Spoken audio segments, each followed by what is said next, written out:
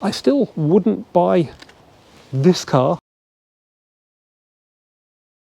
Hello and welcome back to the Volks Wizard channel. Now, a couple of weeks ago I filmed a review of the Golf, a GTE hybrid, but because that was a relatively lightweight review filmed against the clock, I felt I needed to spend a bit more time with one and really get to know it, because hybrid Golfs are a very appealing solution to low emissions motoring. Unlike a pure electric vehicle, you've also got a petrol engine, so there's no need for range anxiety. And these new ones have got plenty of electric range, so you barely need to fire up that petrol engine. You can do all your motoring on electricity and save a lot of money, particularly if you're a company car driver, because the benefit in kind tax is really low. Rather than go over old ground though with another GTE, Volkswagen UK have very kindly loaned me this car, which is a Golf hybrid in a style specification. Think more a sturdy pair of brogues than the GTE's running trainers, and you'll get a good idea of how these cars are being marketed. But from an engineering perspective, they've got a lot in common. This car has basically got the same drivetrain as the Golf GTE, just with a slightly detuned petrol engine. But even though they are so similar, I would say there are three good reasons at least to buy this style hybrid over the Golf GTE. Plus there's another new hybrid in the Golf range, which I think is even better value than this one. We'll talk about all those points towards the end of the video, but before we get started by having a look at the spec of this Golf hybrid, let me just remind you guys how you can support the channel. The easiest way to do that, as ever, is simply to subscribe. I'm still getting a lot of views from non-subscribers, and it's brilliant to get those views, but if you're one of those people and you like what you're seeing, then please do subscribe. I'm sure you know how to do that by now. If you are already a subscriber, then big thanks, it's really much appreciated. Now, when this car was ordered, it would have been just under the luxury car tax £40,000 threshold, but today it's just over, so you might want to pick and choose your options carefully to avoid that, or you might just want to go for the mild hybrid version of this car. Style spec, a whole £5,000 cheaper, and it's still quite an efficient car. But if you're a company car driver, then it's probably a bit of a false economy. So this plug-in hybrid is subject to 5% company car tax versus 29% for the 1.5 ETSI. That equates to about $750 a year for the plug-in hybrid versus $3,000 for the mild hybrid if you're a 40% taxpayer. It does cost a bit more to finance, about £800 per year, but you will save on fuel as well as the company car tax. And the reason this is more expensive to finance is interesting because, okay, it's a more expensive car, but it also depreciates more. So compared to a mild hybrid at 4 years and 40,000 miles, which was £5,000 less when it was new, this car's only £2,000 more after the term, so it's depreciated more and it's cost more, so that's why it costs more in finance. But if you're a company car driver, you're still massively better off. Now, under the bonnet, the most obvious difference compared to a normal Golf is all this bright orange cabling, which carries the high voltage from the battery towards the back of the car to the electric motor that's sandwiched between the engine and the gearbox. And it's a very interesting gearbox, by the way. You're familiar with twin clutch DSG gearboxes? Well, this is actually a 3-clutch gearbox. So it's got the two usual clutches for changing gear, and then it's got another one that disengages the engine from the motor. Speaking of the engine, it's now a 1.5 TSI up from 1.4 of the old car. It's a much more modern engine. It's got a cleaner combustion process. It's got a variable geometry turbo, and it produces 150 horsepower and 250 newton meters of torque on its own. So slightly down compared to the Golf GTE. But interestingly, the battery is exactly the same 19.7 kilowatt hour one that you get in the Golf GTE, and that produces 116 horsepower and 330 newton meters of torque on its own. Combined, they make a total of 204 metric horsepower, 350 newton meters of torque. That's exactly the same as the Golf V6 4Motion that was in Mark IV, guys, that I used to lust over back in the day, and it's actually got more torque than that car, 30% more. But it is quite a bit heavier, which we will now talk about, because there's no point having power if your car is really heavy. The Golf hybrids, whether it's GTE or style, are over 1,600 kilograms. That's 275 kilograms more than this car as a mild hybrid rather than a plug-in hybrid. I personally can't see how making cars heavier can make them more efficient, but then the numbers are pretty impressive nevertheless. 0 to 62 time for this car, 7.2 seconds. That's the same as a Mark V Golf GTI, and it's only 0.6 of a second behind the GTE. Top speed is 137 miles per hour. CO2 emissions aren't bad at all. 6 grams of CO2 per kilometre versus 8 of the Golf GTE. And the MPG is just under 1,000, so 993 miles per gallon versus 795 of the GTE as a combined MPG. Now, you're never really going to get that in the real world. It's just that during the test, the petrol engine is used so little that when you transpose the amount of fuel used over the distance driven, you get this. A more interesting measure of efficiency on plug-in hybrids or pure electric vehicles is how much electricity they use over 100 kilometres, 62 miles. So this style hybrid uses 14.7 kilowatt hours, while the GTE is a little bit less efficient at 15.9. And that level of efficiency variation relates to their electric range as well. So the style hybrid, on a good day in an urban environment, presumably with very little in the way of electrical consumers being used, will actually do 114 miles on its electric range. But more representative is the combined range, which is 88 miles. That compares with 81 of the Golf GTE, though most reviews tend to find in the real world about 70 miles is what you will get. But if you think about it, that should be enough for most people.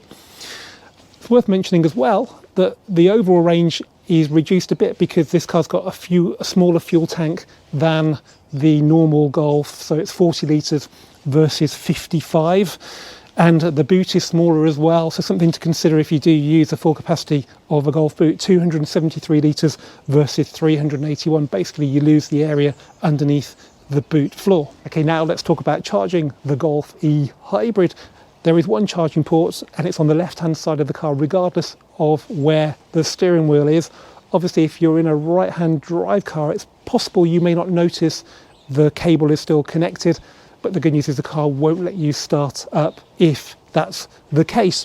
There are 2 cables supplied with the car. One's the 3-pin plug for using a normal socket at home, and the other one's a Type 2 for using a wall box at home or for charging when you're away from home.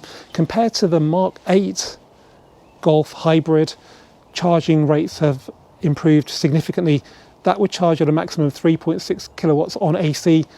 The new car will charge up to 11 kilowatts. And if you're using a DC charger away from home, you can charge up to 40 kilowatts, which will take the charge up from 5% to 80% in under half an hour. Now, it would appear there's no facility on the facelifted Golf to schedule charging from within the car, so you can take advantage of low-cost electricity.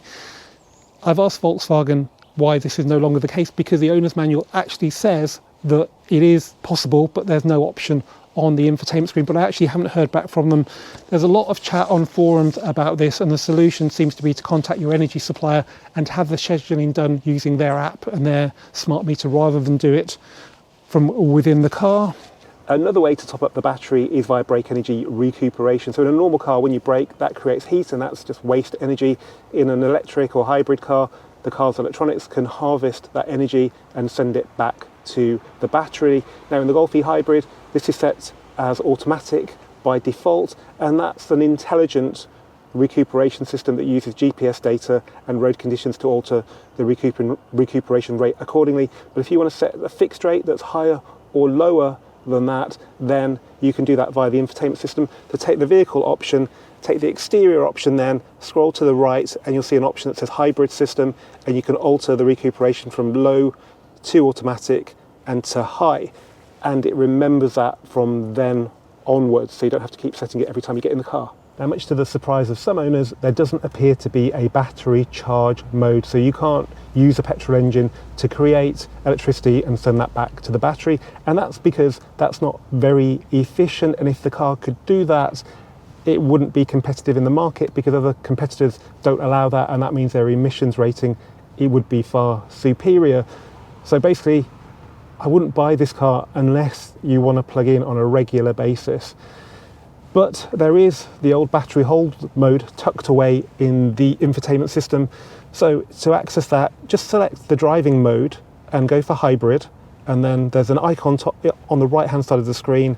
Press that and you can choose which battery level you want to be maintained. So say you start off with 80% and you're going to do a long journey, but you know at the end of it it's going to be an urban drive where electric would be more efficient as well as better for the air quality.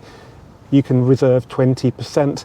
You can't say, I'm going to start off with 20% and I want 80% at the end of it. It doesn't work that way. When this car was delivered, it was delivered with 0 range. I drove it for 58 miles and it added nothing to the range at all. But it did still manage to do coasting with the engine off, and it seemed to do a little bit of electric driving here and there, but it didn't charge the battery.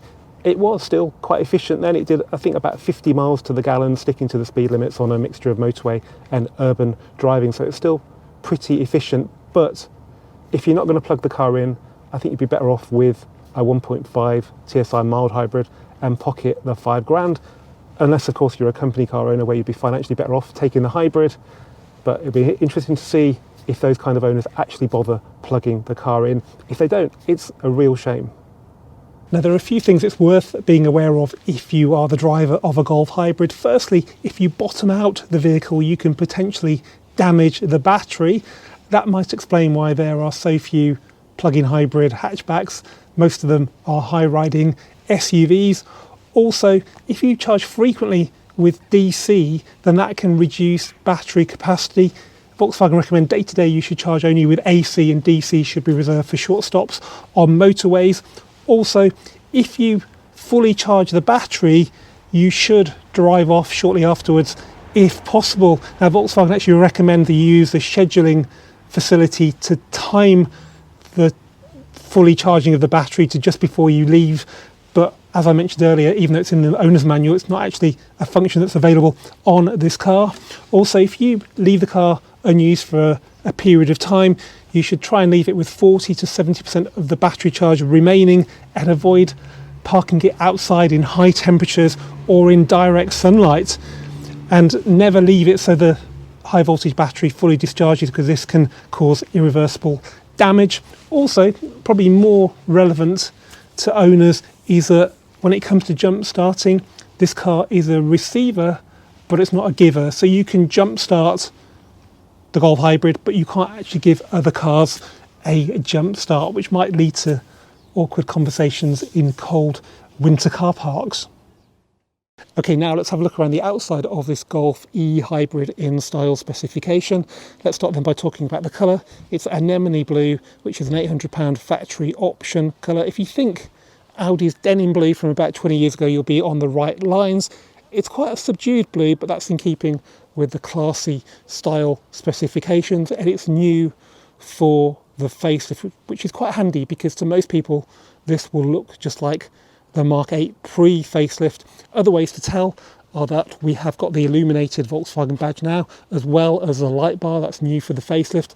The easiest way to tell though are the headlights, because they're a lot slimmer and they only have one bit going up. On the pre-facelift car there are two climbs up to this level. The headlights, by the way, are the LED plus headlights, so they sit above the base LED headlights and below the LED matrix headlights you get with these cornering lights and poor weather lights.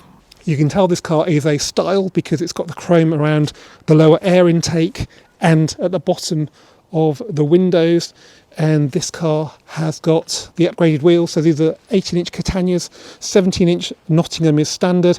If you have the standard wheels, you get Goodyear, Michelin, Bridgestone and Nexen tyres, which I didn't realise were a factory supplier to VW. Charging flap on this hybrid on the left-hand side only, and other than that it's pretty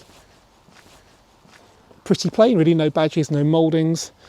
And then at the back it looks Very similar to a Mark 8, the lights aren't particularly exciting like they are on the higher spec cars. And we've got a chrome trim in the valance at the back, but thankfully it doesn't form an exhaust shape like it has done on Golfs before. Okay, now let's have a look inside. Actually, before we get in the car, there is one thing that bugs me about Mark 8 and 8 facelift, and that is the noise that the door handles make. Now, generally, I think it's a pretty well screwed together interior, but I just find the door handles opening noise is a little bit hollow. The closing noise is great. It's just that just sounds a bit cheap compared to, say, a Mark 7. Here's a bit of video I prepared earlier.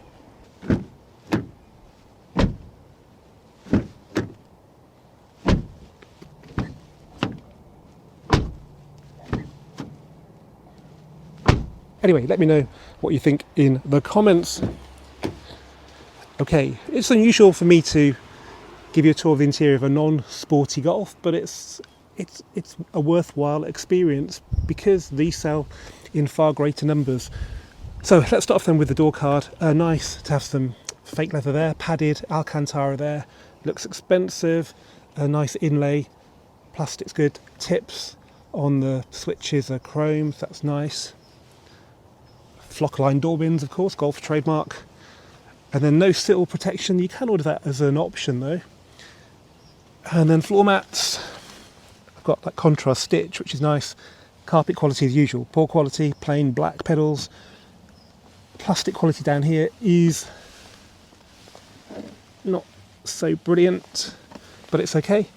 Onto the seats, and these are called sports comfort seats. It's unusual to see a Golf 8 or 8 facelift with headrests, so you can adjust the height of those. I'm not particularly sure why these are called sport comfort though, because they're not particularly well bolstered. They've got like a tweedy fabric on the bolsters, fake leather there, contrast stitch, and then really nice warm microfiber Alcantara style centres. They are heated in this car because it's got winter pack. Manual lumbar adjustment there. Obviously plain black seat belts. Let's just get in and have a closer look. Now in here, it's just like any other Golf.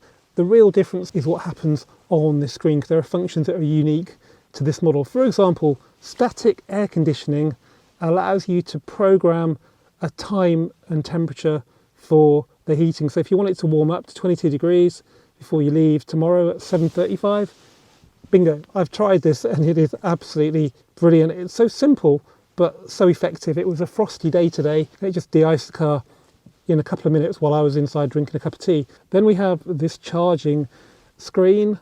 So here you can see how much charge there is and you can set the maximum charge you want.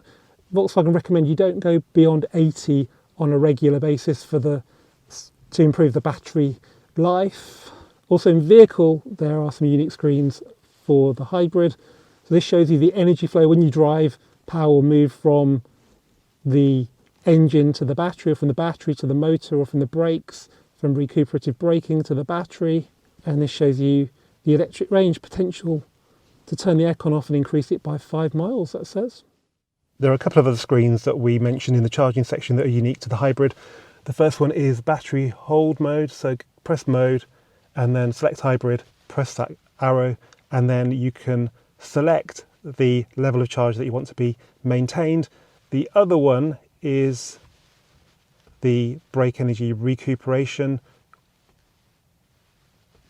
Okay, now on to the Digital Cockpit Pro, and this is fairly configurable, not massively so. So if you go to the left, you can choose to display the charge level there. In the middle, you can have a display that shows the range and the percentage of charge, and you've also got the consumption that you've used in kilowatt hours per 100 kilometers. And if you press OK, you can cycle through the different memories. There's also the boost display down here. So this is electrical power that will augment the petrol engine, and if you're in comfort mode, which is the default mode, or sport mode, this is available all the time. If you're in efficiency mode, by the way, you access the driving modes through the mode button on here, not the mode button down here. If you're in eco mode, then you only get the boost function when you kick down with the automatic gearbox. Now, aside from all the screens that are different compared to a normal Golf, it's actually just the same as a completely normal internal combustion engine Golf in here. There is nothing unusual at all. Let's just talk about the changes for the 8 facelift then.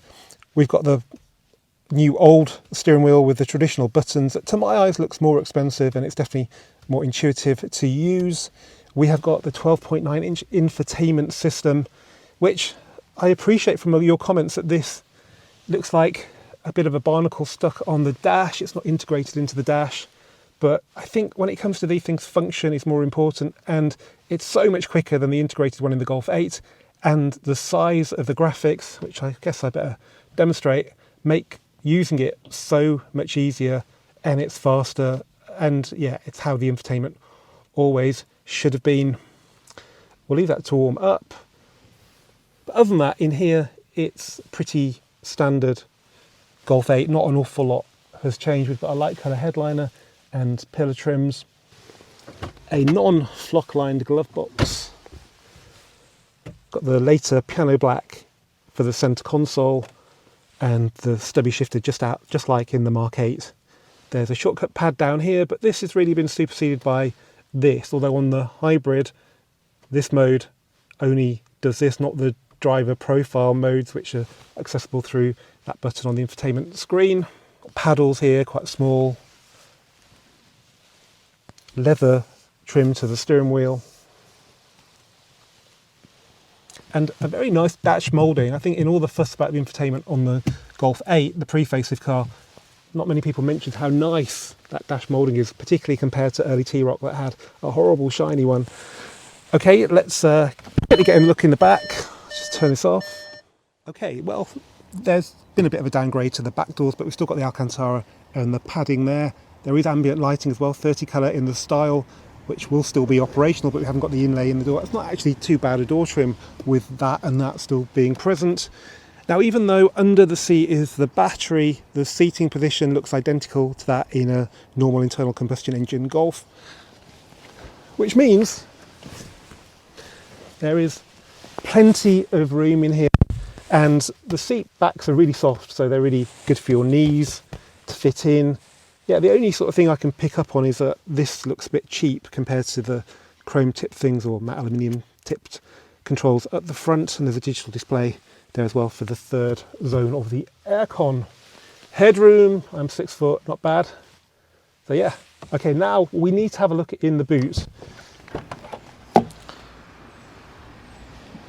And that's because it's lost 100 litres of capacity or thereabouts compared to the normal internal combustion engine Golf, because underneath the boot floor now is the fuel tank. So we've also lost capacity from the fuel tank, so 40 litres down from 55, I think. So those are the two big compromises with the GTE, but it's still a decent car. You can fold the seats forward and it's a flat floor. So unless you're using the under carpet capacity of a Golf, normally you should be okay. This is the toolkit because there's no space under there for anything. You can't order a spare wheel, that's for sure. And yes, you do get a bag with 2 cables in it when you buy the car, but if you actually think about it, depending where you charge, the most you'll need to carry is 1. In most cases you can leave 2 at home and use the whole of the boot. Okay, well, I think that's the Golf eHYBRID covered in great detail, apart from one thing, how it drives. So let's now go and take it out and see how it compares to a traditional internal combustion engine Golf. Okay, let's go through the starting process, because I think once you've done this, the rest of it's pretty much like a normal internal combustion engine Golf. So get in, press the brake pedal and turn the engine on. Is it really turning the engine on? Turn it on with the engine, the button that says engine, start stop on it. Okay, no engine, but we've got everything fired up. We've got ready on the instrument cluster, which means the car is now ready to move. All you have to do is select a gear in the normal way. So we're going to go drive. I'm going to leave everything in the automatic mode, so brake recuperation and battery hold. I'm just going to leave it to do what it wants to do, and that will mean it will start up in E mode and it will run electricity, I think, for most of the time. We've got 67% charge left, a range of 54, and we've got a fair bit of fuel as well. So let's drive. You can really hear the electric parking brake with nothing else making any noise. A parking sensor, they're really loud. I'm not sure if that's default or they've been touched. I don't know if I mentioned we've got the area view, which is 300 and something pounds, well worth it. And off we go silently. Now, I've not noticed this car make the funny noises some electric cars do, like Teslas and Renaults, to make people know that you're coming.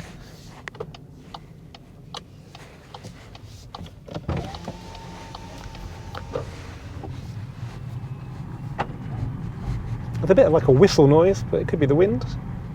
Okay, so you soon get used to wafting along on electric. It's quiet. You know, in the morning, particularly in the diesel, there's a lot of noise and it's very soothing.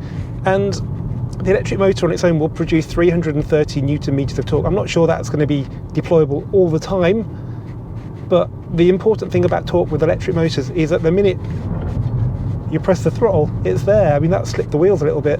So there's no like revving it up and getting the torque right at the top of the rev range somewhere you'd never go normally. It's just there. Now, a little complaint I had with the Golf GTE was that the brakes felt a bit peculiar when they were in regen mode. So let's just... I think, again, the GTE promises to be sporty but doesn't really deliver it. And you're looking for, you know, good brake feel when you're getting worse feel than you would do in a normal car. I think that's a bit more acceptable in this car because, as I've said many a time, it's got no sporty pretensions. Let's just quickly talk about CarPlay because it's got wireless CarPlay. It works really well. When you turn the car on, it says the first time connect phone. You do that with Bluetooth, then it connects Wi-Fi for the Apple CarPlay, and it's worked brilliantly. Tricky apps on other cars, BBC Sounds, Amazon Music app, it's all dealt with perfectly. The one thing they still haven't cracked is wireless charging. So when you've got wireless CarPlay, you think, oh, I don't need to plug it in. So then you get to your destination and you find that your phone's dying. And that happened to me the first time I drove this car. And from now on, and this is what I did with my Mark 8, I just plug it in. By the way, it's USB-Cs at the front, so if you haven't got those cables, you'll need adapters. So yeah, we're fully on electric and just a bit of wind noise. And the steering's really quite light. We're in just the normal mode as well, which is comfort mode, which is the default mode. Just lacking in feel, really. The steering's lovely and precise. You could feel the weight then compress and then come back, but this virtually brand new car, the damping on it's still pretty good, so it's not too bad. There is a noise from the motor. You can hear it winding up, spooling up, and that sounds pretty cool. It sounds a bit like a spaceship. I think that's a bit of a electric car cliche, but yeah, it does sound different. Okay, so this road has got some corners in it and it's got a pretty bad surface. So let's see what this passive damper style hybrid can do. So we've not got dynamic chassis control, which I think is probably okay because it's not trying to be sporty. The ride, you know, it could be more comfortable. You can see it's quite firm. So maybe DCC is a good idea. I think at 700 and something pounds, DCC is always a good idea. But if you're dodging luxury car tax and it would take you over, then maybe don't bother. Just stick with the 17-inch wheels because they've got more tyre cushioning. It feels like a heavy car, which is not necessarily a bad thing. It feels like a quality, expensive car, you know, like an A4 or something like that. But actually in the corners, we might find that's not such a good thing. And obviously for efficiency, it's not brilliant, but with all that torque, it really does hide it well.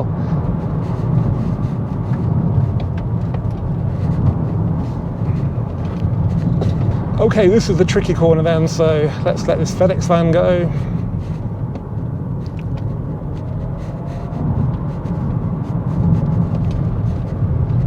Whoa! Okay, there was a little shimmy from the rear end then that wasn't particularly pleasant. Maybe the extra weight of the battery is causing it to oversteer a little bit. But it's not a sporty car, so let's remember that.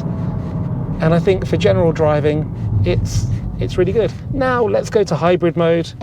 The rev counter will give you a clue as to when it fires up. There we go. And then the boost icon is illuminating blue to show that it's augmenting the engine with electric power, so you get the full 204 horsepower. Okay, so 6-speed DSG DQ400E gearbox with its triple clutches, and it's alright. Maybe not as quick in its changes as a 7-speed wet clutch one like from a Golf GTI, but it's alright. Even though it's markedly down on the power of the GTE, I don't think you will notice that, because torque is what you really need, and that's what this has got in bucket loads full, as the flashing ESC symbol is telling me. Okay, now the car's switched to electric mode, and it's, yeah, nice and quiet, straight up to 30 miles an hour. Okay, let's just try 30 to 50 miles an hour on this straight bit of road. So foot down, engine kicks in, and that's 50 miles an hour. That's pretty damn good. Now, one thing that's always worried me a bit about hybrids is when the petrol engine kicks in and works hard straight from cold. Now, normally with a normal car, you'd warm the engine up slowly, but with a hybrid, if you mash the throttle after running on electric mode and ask for more power than electric can deliver, it'll kick the petrol engine in at relatively high revs for a stone cold engine. Now, on the old GTE 7.5, the answer I think from Volkswagen was that they ran a really expensive or really good oil that would allow that without causing damage. I don't really believe that, and I'm not sure what the solution is with this car. So if you know, let me know via the comments, because most engine wear occurs when the engine is stone cold. Anyway, we're getting on the motorway now. We're in hybrid mode. We're not using the petrol engine. I'll tell you when it kicks. It's just kicked in now, 2000 RPM.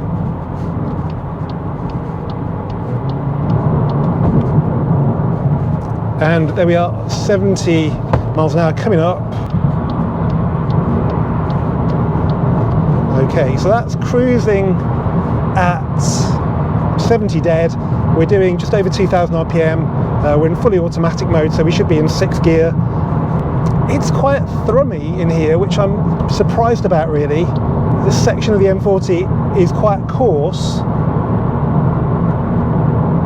but even so, I think it's quite loud, which if you were using this car every day for this kind of travelling, it would probably get on your nerves a bit.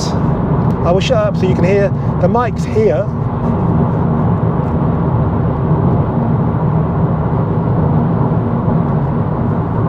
Okay, now we're going down a bit of a downhill slope, and the petrol engine's turned off. We're maintaining 70 miles an hour with the adaptive cruise control.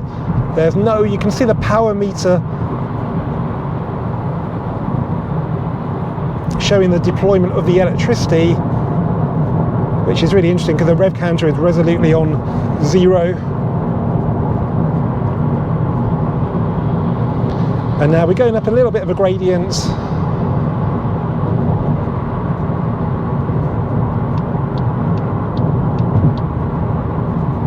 And now it's kicked the engine in again at about 2000 RPMs. Oh, it's turned it off again now.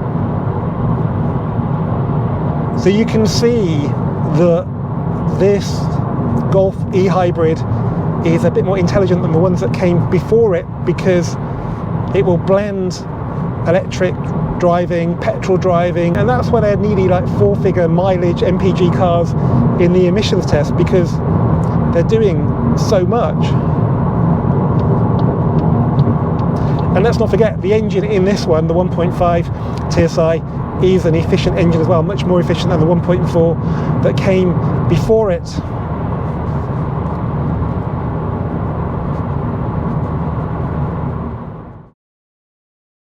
Okay, so that's the Golf eHybrid style then. Now at the beginning of the video I said there were 3 reasons why I'd rather have this over the Golf GTE hybrid, which has got a lot in common with. Well, number one is the luxury car tax. The GTE is just over £40,000, so with no options you have to pay that. The style eHybrid is just over £37,000, so you've got just under 3 grand to spend on options to make it exactly the car you want it to be, and you can still dodge the luxury car tax. Number two is that it's more efficient than the GTE because it doesn't have any sporty pretensions. It's only marginal in the real world, but it's still more efficient. And if the GTE was a sporty car, then maybe I'd be more tempted, but it's not. It drives in many ways the same as this car. Number three is that, of course, it's nearly £3,000 cheaper. So why buy a GTE hybrid that's not really that sporty when you can save 3 grand and go and buy yourself a sporty weekend car? You can buy a perfectly good Mark 1 Audi TT for that kind of cash. But I still wouldn't buy this car if I was looking for a Golf hybrid, because no more than 2 weeks ago Volkswagen announced that they were bringing out a Golf eHybrid in match specification. Now it's only £1 grand cheaper than this one, but that's still £1 grand you can put towards options to make it the car you want, and you might find the standard spec of the match is actually better for you than the style. So you miss out the LED performance headlamps, which means you don't have the cornering lights and the poor weather lights and the light bar, but you just get normal LED headlights. You don't have the chrome around the windows or the air intake. You don't have traffic jam assist or emergency assist. Traffic jam assist actually is really useful with the adaptive cruise control, which you do get. You don't get proactive passenger protection. That's part of an assistance pack you have to pay extra for. You don't have the heat insulated glass. You only get 10 colours for the ambient lighting, not 30. Oh my god. You do however get keyless entry, which is an option on the style, and you get Park Assist Pro, and you get the tinted glass as well, which is again optional on the style. It's even more efficient than the style version. It will do 1000.4 mpg. Well, you know what I mean. It's still going to be a little bit more efficient. You don't get the comfort sport seats, you just get comfort seats. I'm not sure what the difference is. So yeah, I'd definitely go for the style if I was looking for a daily hybrid car. But if I wasn't going to benefit from the company car tax rules, then I'd probably just go for the 1.5 ETSI mild hybrid, because it's 300 kilograms lighter, and I don't think in the real world, particularly if you don't want to plug in, it's going to be much less efficient. Now you probably know that electric cars are having a really hard time in the market, and cars like this are going to make their time even harder.